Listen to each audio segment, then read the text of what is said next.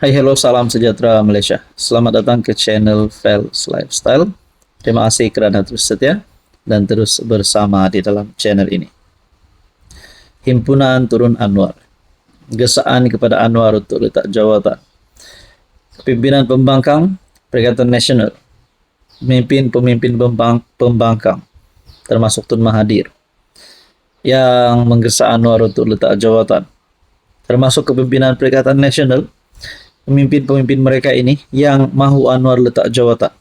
Satu soalan utama daripada netizen, daripada penyokong PMX adalah, apa motif anda semua? Nak turun Anwar, siapa yang nak naik? Adakah mereka nak sorong Hadi Awam? Adakah mereka nak sorong Muhyiddin Yassin, Azmin Ali, Hamzah Zainuddin, Tuan Ibrahim? Nah, coba komen sikit siapa yang mereka nak sorong untuk naik jadi Perdana Menteri. Rupanya di sebalik himpunan Turun Anwar ini, satu kegagalan besar PN dapat dikesan. Oke, sebelum saya kongsikan kepada Anda isu kita yang paling panas, saya kongsikan kepada Anda, ini adalah satu produk terapi imun, produk kesehatan. Terapi imun ini adalah untuk meningkatkan, mendidik dan menyeimbangkan sistem imun badan kita sehingga mampu melawan pelbagai jenis penyakit termasuk kencing manis, gout, darah tinggi, kolesterol, gastrik, penyakit melibatkan kulit, penyakit melibatkan mata dan macam-macam lagi. So, sekiranya Anda di luar sana memerlukan produk ini, mempunyai ahli keluarga yang perlukan produk ini, jangan segan-segan, kita boleh cerita, Anda boleh menghubungi saya di nomor yang tertera. Nah, saudara-saudara, di sebalik himpunan Nak Turun Anwar, rupanya ada satu dapatan terkini yang menunjukkan kelemahan besar Perikatan Nasional ataupun Pembangkang. Himpunan tidak bermoral, tidak demokratik, umpama anjing menyalak bukit. Pada 26 Julai, PN akan mencetuskan ketidakselesaan dan kegemparan awam melalui penganjuran Himpunan Turun Anwar. Kononnya atas nama membela rakyat, namun hakikatnya himpunan ini tidak lebih daripada retorik murahan, golongan yang kehabisan modal politik.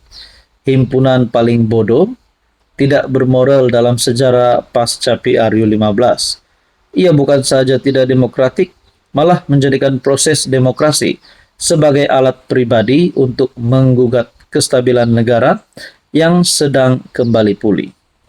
Pertama, parlimen masih wujud, gunakanlah. Yang patut turun, MB PAS yang gagal tadbir negeri. Perlis turun Syukri. Negeri kecil ini terus terperosok tanpa hala tuju ekonomi jelas. Kelantan turun Nasaruddin, negara paling miskin di Malaysia dengan krisis air yang tiada kesudahan. Kedah turun Sanusi, retorik politik melebihi kerja. Kedah kehilangan peluang pelaburan strategik, dasar negeri sering celaru. Terengganu turun Samsuri. Terengganu tidak bergerak ke mana-mana, pelaburan lesu dan pelancongan gagal dimaksimumkan. Jika mahu berhimpun, berhimpunlah di Alor Setar, Kota Baru, Kanggar dan Kuala Terengganu. Desak pemimpin negara PAS, negeri PAS yang gagal memimpin dan membawa kemajuan kepada rakyat mereka sendiri. Anwar dan kerajaan perpaduan kuku, tiada isyarat kejatuhan. Turun Anwar, politik bodoh lagi membodohkan. Himpunan ini menyerlahkan tahap intelektual, politik pembangkang, khasnya PAS dan bersatu. Mereka berteriak soal harga barang, inflasi, dan kemiskinan, seolah-olah masalah itu wujud hanya selepas Anwar menjadi PM. Sedangkan merekalah yang menerajui negara sewaktu pandemik COVID-19. Dan ketika itulah ekonomi menguncup paling teruk dalam sejarah Malaysia, negatif 5.6% pada 2020. Pelabur lari, ratusan ribu kehilangan pekerjaan. Siapa yang gagal sebenarnya? Jangan lupa kenyataan timbalan Perdana Menteri Zahid Hamidi yang menyifatkan kerajaan PN di bawah Muhyiddin sebagai kerajaan gagal.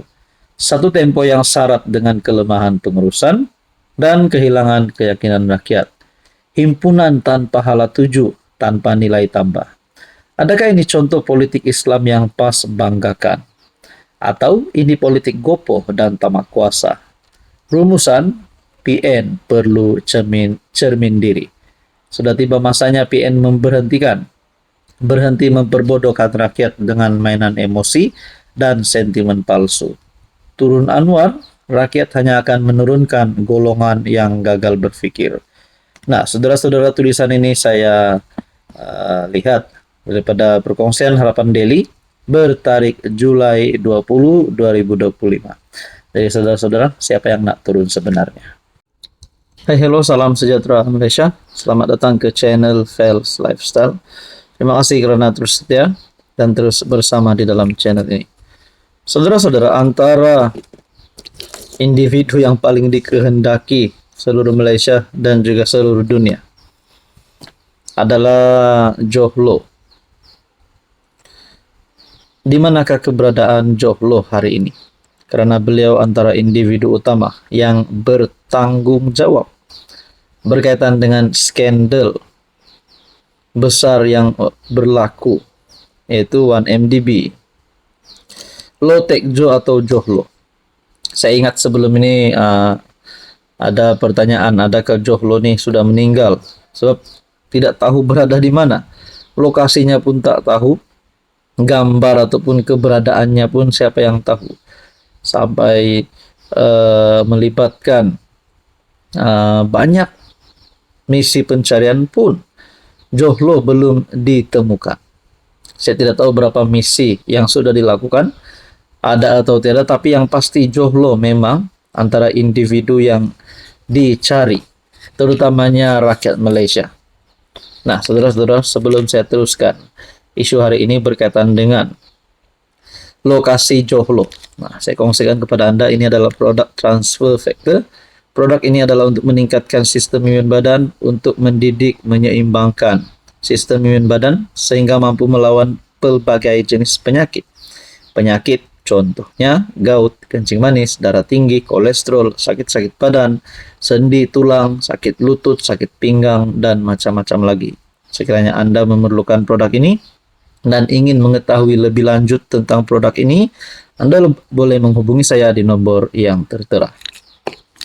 Saudara-saudara, RM 10 juta, cadangan, tawaran hadiah untuk mengesan Johlo.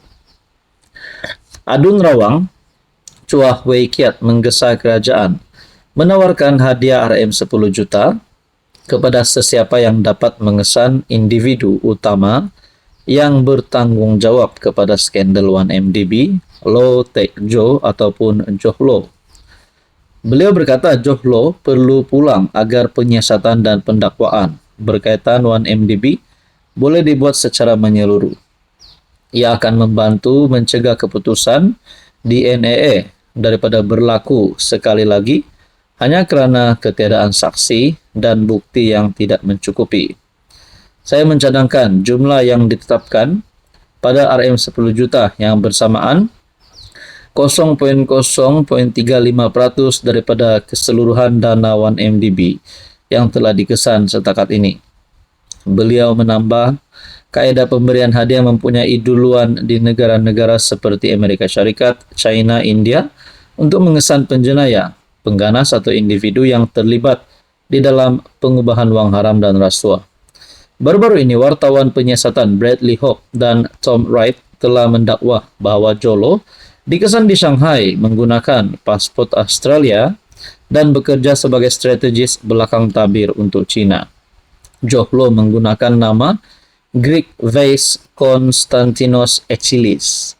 Saudara-saudara, kalau ada orang tanya Johlo hilang, Johlo dah meninggal, rupanya ada satu berita berkata Bradley Hope dan Tom Wright mendakwa Johlo dikesan di Shanghai menggunakan pasport Australia. Nah, saudara-saudara, rasanya apa yang akan Anwar lakukan sebagai Perdana Menteri?